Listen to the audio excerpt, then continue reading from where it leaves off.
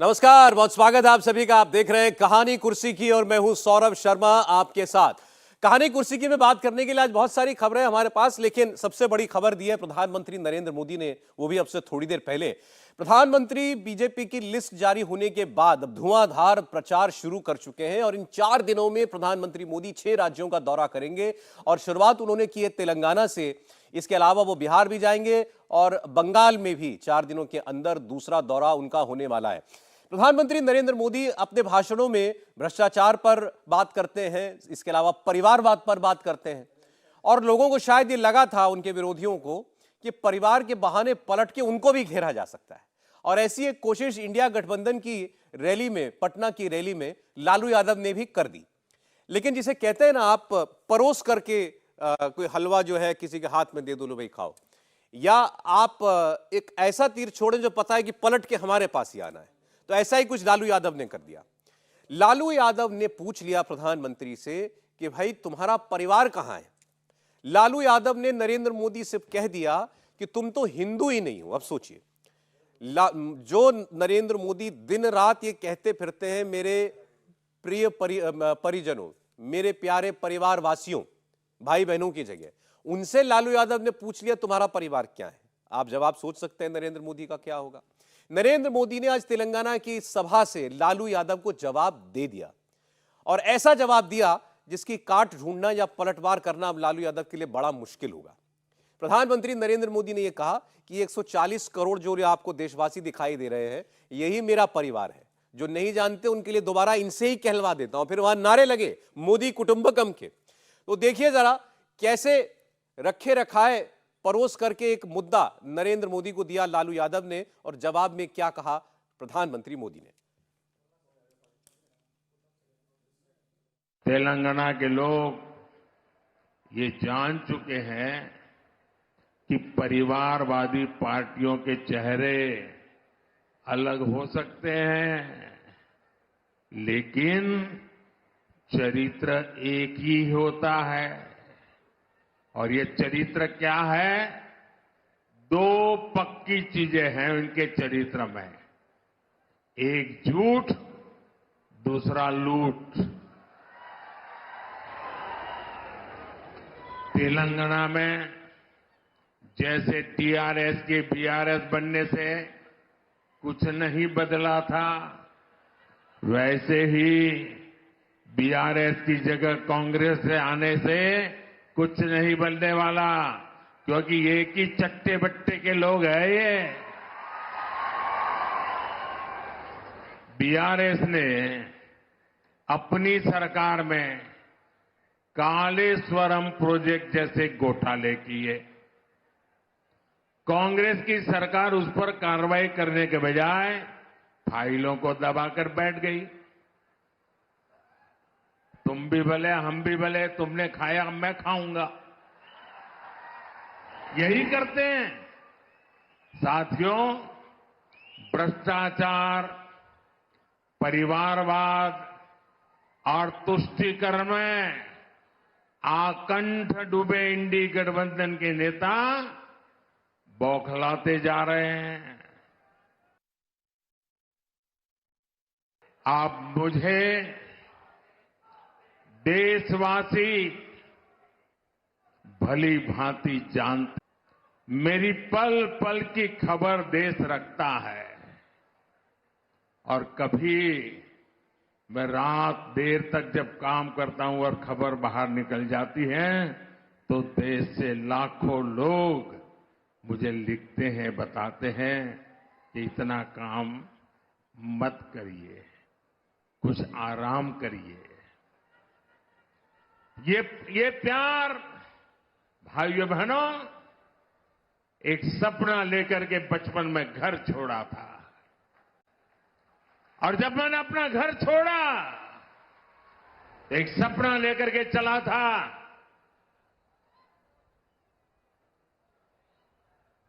कि मैं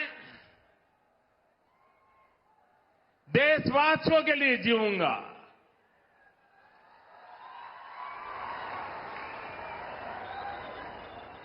मेरा पल पल सिर्फ और सिर्फ आपके लिए होंगे। मेरा कोई निजी सपना नहीं होगा, आपके सपने, यही मेरा संकल्प होगा। और जिंदगी खपा दूंगा तो आपके सपनों को पूरा करने के लिए, आपके बच्चों के भविष्य को उज्जवल बनाने के लिए। और इसलिए देश के कोटि कोटि लोग मुझे अपना मानते हैं, अपने परिवार के सदस्य की तरह मुझे प्यार करते हैं। और इसलिए मैं कहता हूं, 140 करोड़ देशवासी, यही मेरा परिवार है। नरेंद्र मोदी की बात आपने सुनी, आपको मेहमानों से मिलवा देते हैं, फिर चर्चा शुरू करते हैं कहानी कुर्सी की में। हमारे मेहमान हैं आज हर्षवर्धन त्रिपाठी जी, स्वागत है हर्षवर्धन जी। समीर चौगांवकर साहब हमारे साथ हैं। समीर साहब स्वागत है आपका भी। प्रोफेसर संगीत रागी जी हमारे साथ हैं। प्रोफेसर साहब बहुत स्वागत है आपका। हंसी नहीं रुक रही थी प्रोफेसर साहब की जब से स्टूडियो में आए, मैं देख रहा था वो हंस इसी बात पर रहे थे कि भाई ऐसे भी कोई लप्पा बॉल डालता है कोई किसी को, ऐसे भी कोई फुल टॉस देता है। मेरा कहना है कि मैं इसलिए हंस रहा था, और हम हर्षवर्धन जी से भी कह रहे थे और इनसे भी चौहान जी से भी कह रहे थे कि ये तो ऐसे ही है जो वीरेंद्र सहवाग को एकदम फुल टॉस पे लूज बॉल दे दे तो प्रधानमंत्री तो इसका प्रयोग करेंगे ही प्रयोग करेंगे।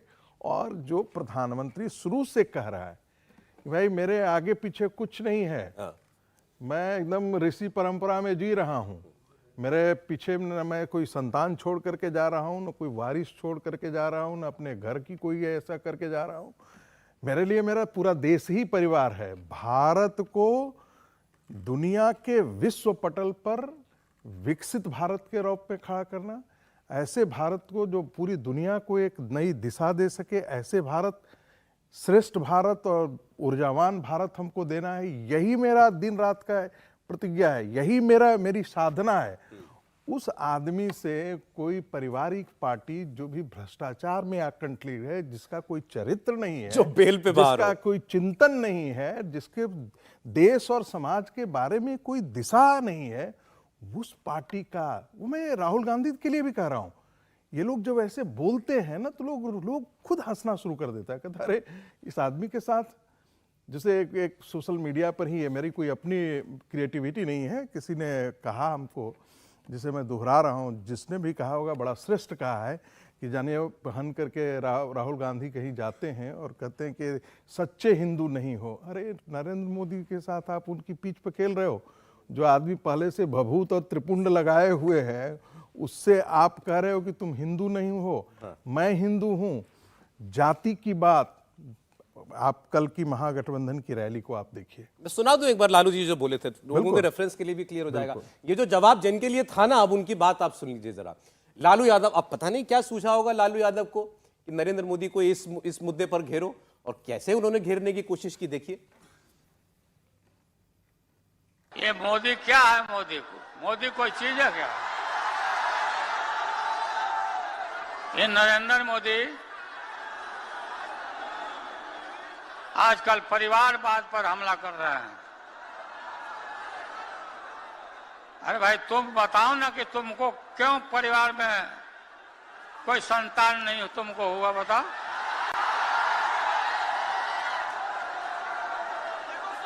ज्यादा संतान होने वाले लोगों को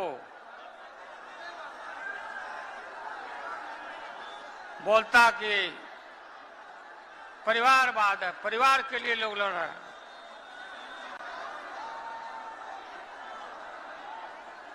तुम्हारे पास परिवार नहीं है और तुम हिंदू भी नहीं है। तुम्हारी माता जी का जब अवसान हो गया तो हर हिंदू अपने मां के शोक में केस दाढ़ी बनवाता, दाढ़ी छिलवाता। क्यों नहीं छिलवाया बताओ? प्राण प्रतिष्ठा बिना प्राणे प्रतिष्ठा के भगवान जी इतना दिन से थे। तो ऐसे हो गया जैसे कोई किस बलशाली आदमी को अब आप खुद कोई गधा पकड़ाएं और फिर जब मारे तो कहना मारना मत। सारे मुद्दे दे दिए उन्होंने, भगवान राम का मुद्दा दे दिया, राम मंदिर का मुद्दा दे दिया, परिवारवाद का मुद्दा दे दिया। और उस मंच पे जितने बैठे थे, लालू जी खुद ही बेल पर बाहर है, सजा याफ्ता है, और भी बेल वाले वहां पर बैठे थे। अब जैसी जिसको सद्बुद्धि प्राप्त हुई हो। देखिए, सबसे पहले तो ये कि लालू प्रसाद यादव हैं कौन? वही लालू प्रसाद यादव हैं जिन्होंने सोमनाथ से अयोध्या की आडवाणी जी की रथ यात्रा रोकी और इस देश में एक वर्ग के वो सबसे बड़े नेता हो गए। देश में दो बड़े राज्य, देश का सबसे बड़ा राज्य उत्तर प्रदेश और उससे सटा हुआ बिहार, दोनों हिंदी पट्टी के बड़े राज्य। दोनों राज्यों की दुर्दशा ऐसी कि देश के पूर्वी और पश्चिमी हिस्से के राज्यों के साथ तो जुड़ नहीं पाए, उनके साथ मुकाबले में खड़े नहीं हो पाए।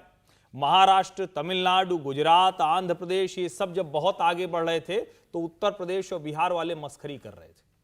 और दुर्भाग्य देखिए कि हमारे देश का पत्रकारों का, बुद्धिजीवियों का एक बड़ा वर्ग उनसे गालियां खा के भी कहता था बड़ा देशज हैं, दतुईन करते रहते हैं। आप इसको गंभीरता से सुनिए। उस व्यक्ति को कह दिया गया कि यह सबसे बड़ा सामाजिक न्याय का योद्धा है। हाँ। 20-30 साल पहले की राजनीति में लालू प्रसाद यादव जिंदा है। देश कहां पहुंच गया वो शायद अभी वहां नहीं है, वो उसी में जी रहे हैं, उनका जीवन वहीं चल रहा है। 20-30 साल पहले लाठी वाला, किसी को गाली दे देने वाला। देश के प्रधानमंत्री से इस तरह से बात करने का दुस्साहस किसी को होना चाहिए। और आज आप कह रहे हैं इनका वश चलता तो अयोध्या कल्पना में रहती, अयोध्या में राम मंदिर कभी होता नहीं, भगवान राम सीखचों में होते। और इनको जानकारी है या नहीं है कि प्राण प्रतिष्ठा उन विग्रह में नहीं हुई है, नए बाल स्वरूप भगवान राम में हुई है। वो विग्रह अभी भी उपस्थित हैं जिनकी प्राण प्रतिष्ठा, जिनमें लगातार पूजा होती। और आप कह रहे हैं कि तुम्हारी कोई संतान नहीं हुई। नरेंद्र मोदी इस बात का जिक्र कर चुके हैं, हर कोई जानता है कि वो राष्ट्रीय स्वयंसेवक संघ के प्रचारक रहे, वो प्रचारक से कभी लौटे ही नहीं। होता है, कई लोग प्रचारक जीवन से लौट जाते हैं, शादी विवाह करते हैं, उनका भरा पूरा परिवार है। लेकिन क्या कोई तय करे तो इस देश की जो महान परंपरा रही, ढेर सारे लोगों ने अपना जीवन देश के लिए, समाज के लिए, धर्म के लिए न्यौछावर किया, क्या उनको आप इस तरह से मखौल उड़ाएंगे? और मैं ये गारंटी के साथ कहता हूं कि जो काम लालू प्रसाद यादव कर रहे हैं, इसका सबसे बड़ा नुकसान उनके पुत्र तेजस्वी यादव को होने जा रहा है, जो बहुत आवरण ओढ़े थे। हम लोगों ने यहां कहानी कुर्सी की में खूब प्रशंसा की थी, सारा आवरण उतार दिया। जिस बैगेज को ढोने से तेजस्वी यादव बच रहे थे, जिन लालू प्रसाद यादव को अपने पीठ पर लादने से बच रहे थे, जिस जंगल राज को दिखाने से बच रहे थे, वो सब सामने आ गया कि एक व्यक्ति ऐसे देश के प्रधानमंत्री के लिए बात करता है, ऐसे हिंदू आस्था का मखौल उड़ाता है, ऐसे किसी के अगर वो गृहस्थ जीवन में नहीं जा रहा है तो उसका इस तरह से मजाक बनाता है। ये बड़ी कॉमन सेंस की बात है कि मान लीजिए आपके कोई विरोधी का, आपके पास कोई ताकत है, तो आप उसको मौका नहीं देंगे कि वो अपनी ताकत का बखान कर पाए। लेकिन लालू यादव ने बिल्कुल वही कर दिया। लालू यादव ने जब नरेंद्र मोदी से पूछा कि तुम्हारा परिवार क्यों नहीं है, तुम्हारी संतान क्यों नहीं है, नरेंद्र मोदी को बताने का मौका मिल गया कि मैं क्यों नहीं है। जैसे अभी त्रिपाठी जी ने बता दिया, सारी जीवन में प्रचारक रहा, सारी जीवन में समाज सेवा में रहा, इसलिए मेरा अपना कोई परिवार नहीं है। मेरा अपना कोई परिवार नहीं है, इसलिए मेरे पास कोई लालच नहीं है कि मैं किसके लिए धन जोड़ूं, जैसा और लोगों के साथ है। मेरे पीछे कोई बैठा नहीं है जिसको मुझे जायदाद छोड़ करके जानी है, इसलिए मेरे मन में लोभ नहीं आता है। ये कहने का बिल्कुल मतलब नहीं है कि हर परिवारवादी लोभी होता है या जो भी परिवार रखता है, जिसका परिवार चलता है, वो लालची होता है। लेकिन जब आप उस वहां बैठे हुए हैं तो आप सोचिए, तो हमारे आपके जैसा प्रलोभन नहीं होता। लालू जी के ऊपर जितने आरोप लग रहे हैं, जरा सोचिए किस किस किस्म के आरोप है। चारा खाया तो सिद्ध हो गया, कह सकते हैं। इसके बाद जिसको रेलवे के मिनिस्टर बन गए तो नौकरी लगवा सकता। मंत्री क्या करता? मंत्री ठेके दे सकता है, मंत्री नौकरियों में लगवा सकता है, मंत्री नई ट्रेनें शुरू कर सकता है। लालू जी ने सब कुछ किया, लेकिन फिर क्या किया साथ में? मैं तुमको नौकरी दूंगा, तुम मुझे जमीन दो। ये आरोप है उनके ऊपर। अब वो उसमें किस किस को घेर लिया गया है? अब उनका पूरा परिवार उस मामले में लपेटे में आ गया है। तो नरेंद्र मोदी कहेंगे यही तो अंतर है ना मेरे और तुम में, इसीलिए तुमको हम परिवारवादी कहते हैं। समीर जी, देखिए, मुझे लगता है लालू यादव इसलिए बेचैन है, लालू यादव इसलिए परेशान है कि प्रधानमंत्री मोदी ने उनकी दुखती रग पे हाथ धर दिया जब बिहार में प्रधानमंत्री रैली को संबोधित कर रहे थे। प्रधानमंत्री नरेंद्र मोदी ने बहुत स्पष्ट कहा था कि परिवारवाद के कारण आपको सत्ता मिल सकती है, लेकिन सत्ता में आने के बाद आप अपने माता पिता की देवी सत्ता का जिक्र नहीं करते।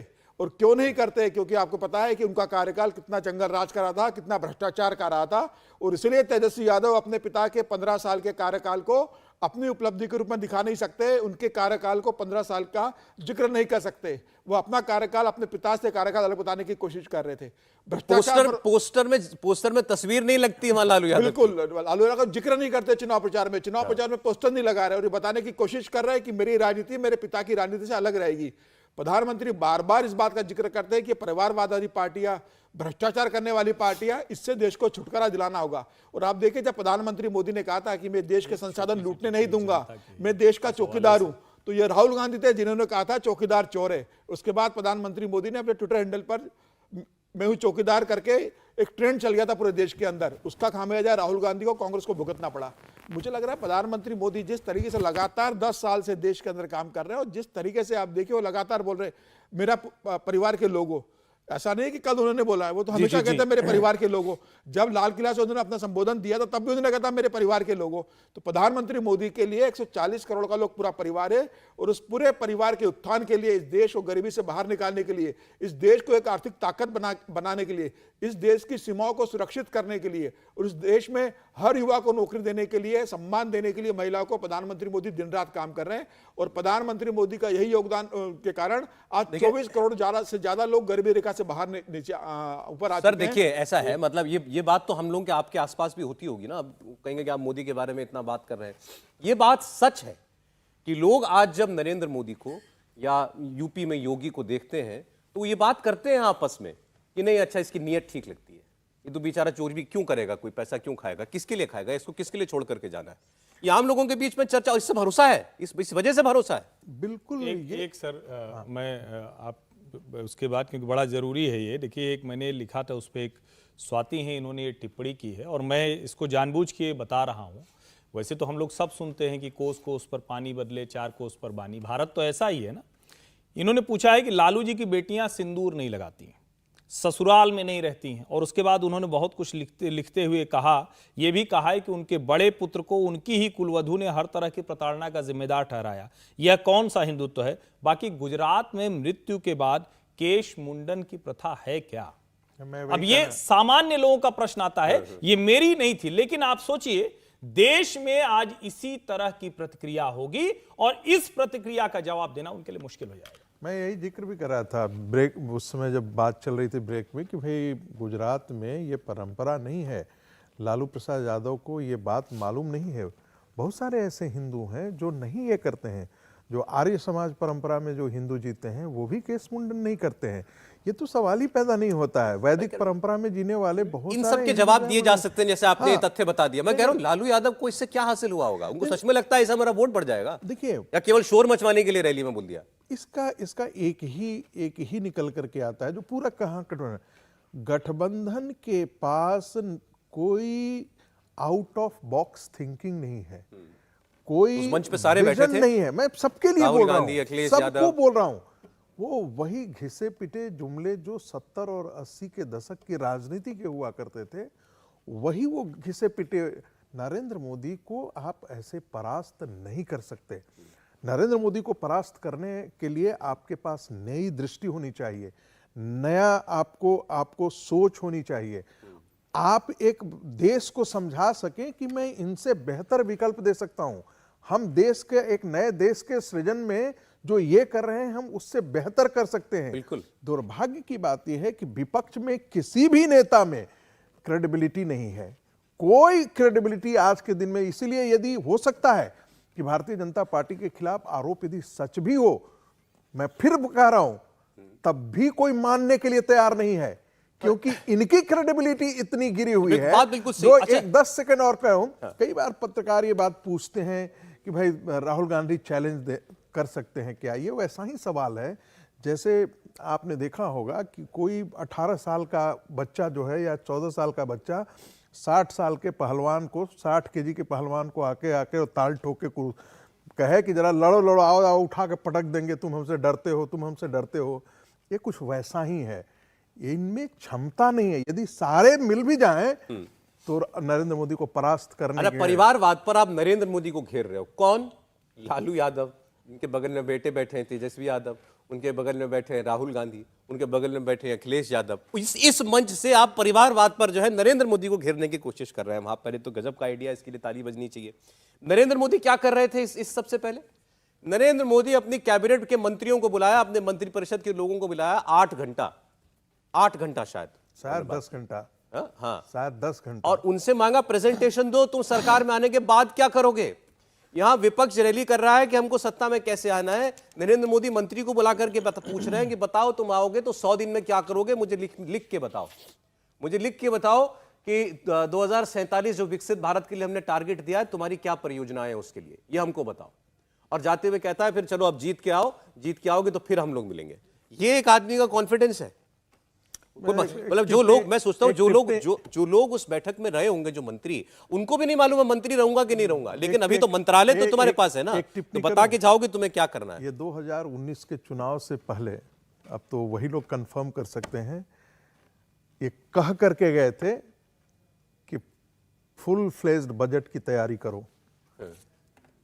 ये वही हो सकता है जो पूरे देख रहा है, जिसके सामने पूरी विजन हो, पूरा तस्वीर।